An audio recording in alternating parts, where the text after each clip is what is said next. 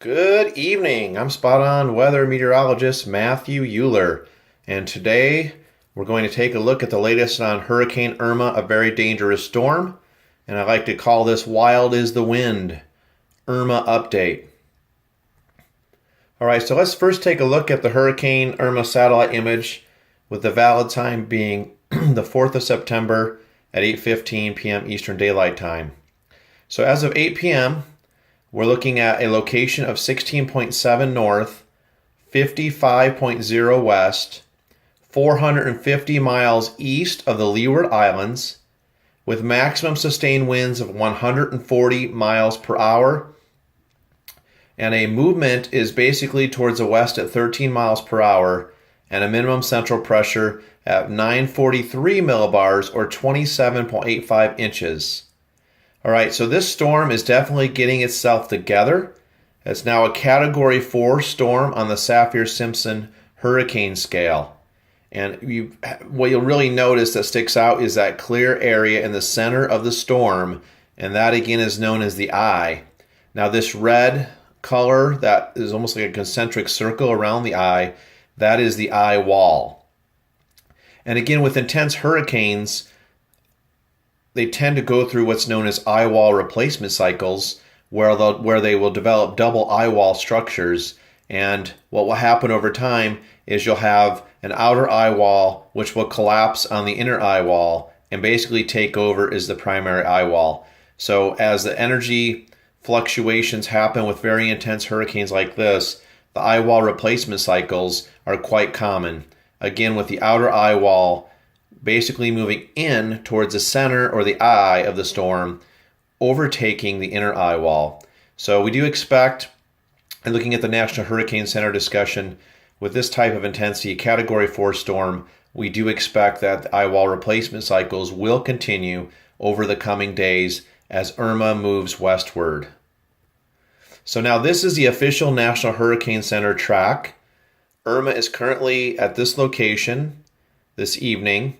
And again, it remains a major hurricane all the way through 2 p.m. Eastern Time on Saturday.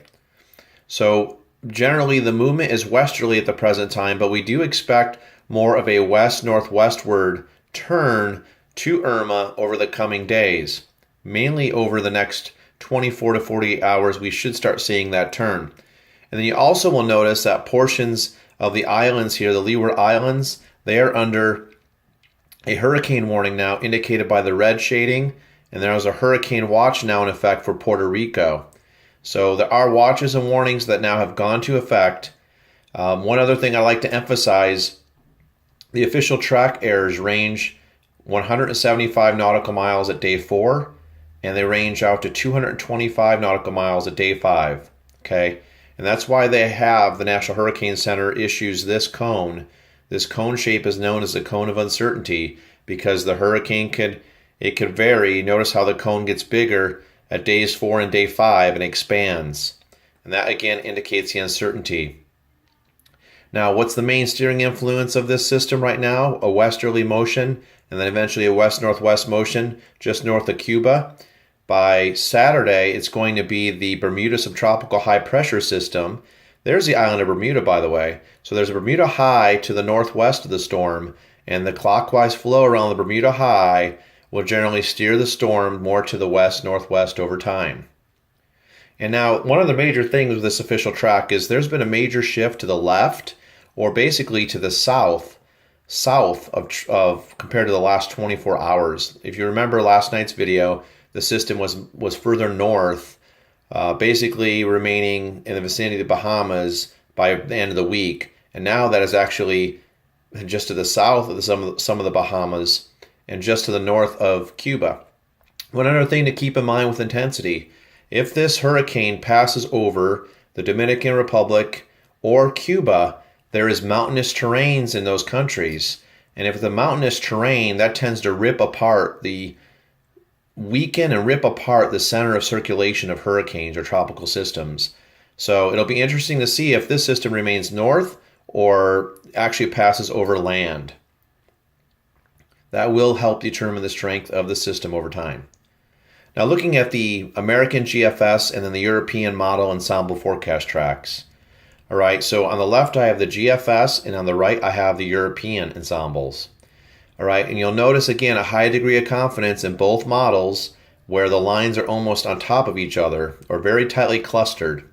So a very good consensus amongst the model members through the next 24 to 48 hours. Even out to 72 hours is fairly accurate and consistent. But over time, what's going to happen in the GFS model, it shows Irma moving to the west-northwest and then making a hard right-hand turn right into Florida, basically riding up the peninsula of Florida into the southeastern United States. Whereas the European model, it basically comes into Florida, gives Florida a direct hit, and then it skirts back offshore of Florida, the east of Florida, and comes up into the Georgia, South Carolina area for a second landfall. So it'll be real interesting to see. You can see the shape of how these curvatures, these lines are curving. That's due again to the strength of the Bermuda High over the Atlantic Ocean and that clockwise circulation around it steering Irma. Right, so now let's go ahead and take a look at the GFS model. All right, so with the GFS model, this is actually 0200 Eastern Daylight Time, so 2 a.m. Eastern Daylight Time on Saturday morning, the 9th of September. So you have 1,029 millibar high, which is situated over southeastern Canada, and then you have Irma down to the south here in the vicinity of the Bahamas, just north of, basically north of Cuba. So what I want to really emphasize is the strength of this high pressure system.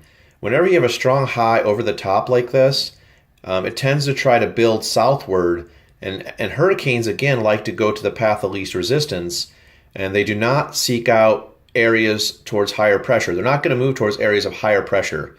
And if you notice, both on the 9th at 2 a.m. Eastern Daylight Time, and then on the 10th, 24 hours later at 2 a.m. Eastern Daylight Time, 10th of September, you'll notice this high is pretty firmly entrenched. In fact, this high is going to bring fall-like temperatures to New England and the northeast United States, as well as bring some nice temperatures all the way down to the mid-Atlantic and even the southeast U.S. So it's a fairly strong high, 1,029 millibars, then 1,031 millibars over New York State, ridging southward into the mid-Atlantic region. So what does that mean? That means that Irma, if the high basically positions itself over the top, will not be able to move up the east coast of the United States. It won't be able to make that turn as readily to the north with that high pressure over the top positioned above it. All right. Let's go move ahead now to the 10th and 11th of September. So by the 10th of September, basically by 2 p.m. Eastern Daylight Time, the GFS model has a landfall into South Florida, basically with the high pressure, 1,030 millibar high, again, pretty much reinforcing subtropical high. That's another thing I like to mention, is this high over the top is not going to allow Irma to make a move to the north very easily. And also this is more of a typical high pressure system you see in the mid latitudes. It's moving in and it's merging into the subtropical high and keeping everything suppressed further south. And then over time, by 2 p.m. on Monday, September 11th, the system basically goes up the coast of Florida and into southern Georgia. Okay? Now, what I want to emphasize is a couple things here. First, I want to tell you that the latest GFS model guidance indicates a more southerly Irma track with landfall again into South Florida right here on Sunday the 10th of September. Okay. The European model indicates a brief landfall. Now I don't have the graphics for the European on here, but I will tell you I've looked at them, and the European model indicates a brief landfall into Florida. So basically it goes into Florida, the European model, then it basically goes right along the east coast of Florida, moves up and makes this hard right turn and develops the high pressures further east, develops a weakness in that ridge, and that allows Irma to move north, and it makes a landfall into South Florida, parallels the coast, and then makes another landfall into South Carolina. So that's the European model, and that's what it's depicting right now. Now the track again may change depending on the position and strength of this high pressure system to the north. Where will that high pressure system set up? Will there be any additional frontal boundaries that are going to try to come into the eastern United States and basically suck or draw Irma in towards the front and then push it offshore? Right now, that does not look like it's going to happen. That's just as of right now, the guidance. But right now, the major point I want to make is the position and the strength of these highs, this high in particular over New England, that ridges down into the mid-Atlantic states and then ridges out into the North Atlantic to the Bermuda High. The importance, I will definitely, if there's one thing you're going to learn from these presentations on hurricane tracks and the forecasting of where they're going to go, it is the importance of mid-latitude, the non-tropical, the normal storm systems we see here in the lower 48. The importance of their positioning, the importance of their strength in determining how hurricanes move. That is just such a great emphasis, especially in this case with Irma. So there's still a lot of uncertainty. Now is a time to prepare. Don't wait. Get stuff ready if you live anywhere from South Florida up to the mid-Atlantic coast of Virginia. Anywhere from these points. And then also, if the storm were to go a little further south, this high pressure system is stronger and basically builds southward much more, then it could actually go into the Gulf of Mexico. So just be cautious if you live along the Gulf Coast states. So there's still a wide range of possibilities with Irma. Continue to keep it here tuned to Spot On Weather. One thing I wanted to mention here, and this is the GFS model. Hurricane Jose may follow Irma. This would be the next named system in the Atlantic. So that's another thing we need to keep a really close eye on is, will Jose develop, or will it simply just go out to sea? We'll see what happens with that. All right, so Spot On Weather, here's where to find us on social media. Facebook page, there's the address. One, you'll see a depiction of a red barn on it. That's us, Spot On Weather. Instagram, Twitter, and if you need more weather updates for Irma or any other weather that pops up in your neighborhood, subscribe to Spot On Weather for the most accurate weather forecasts. Again, we're on Twitter, we're on Facebook, we're on Instagram, and we even have our own website on Weebly that I do occasional blogs on. So again, stay tuned to the National Hurricane Center. Look at their latest advisories. I mentioned their website last night, nhc.noaa.gov. Irma is a very dangerous storm. Please be mindful of that. Start thinking of making preparations now. Do not wait to the last minute. Get those hurricane evacuation kits, the hurricane kits together. All right, that wraps it up this evening. Spot On Weather, and at Spot On Weather, if we're not spot on, we're not doing it right. Have a great evening, everyone.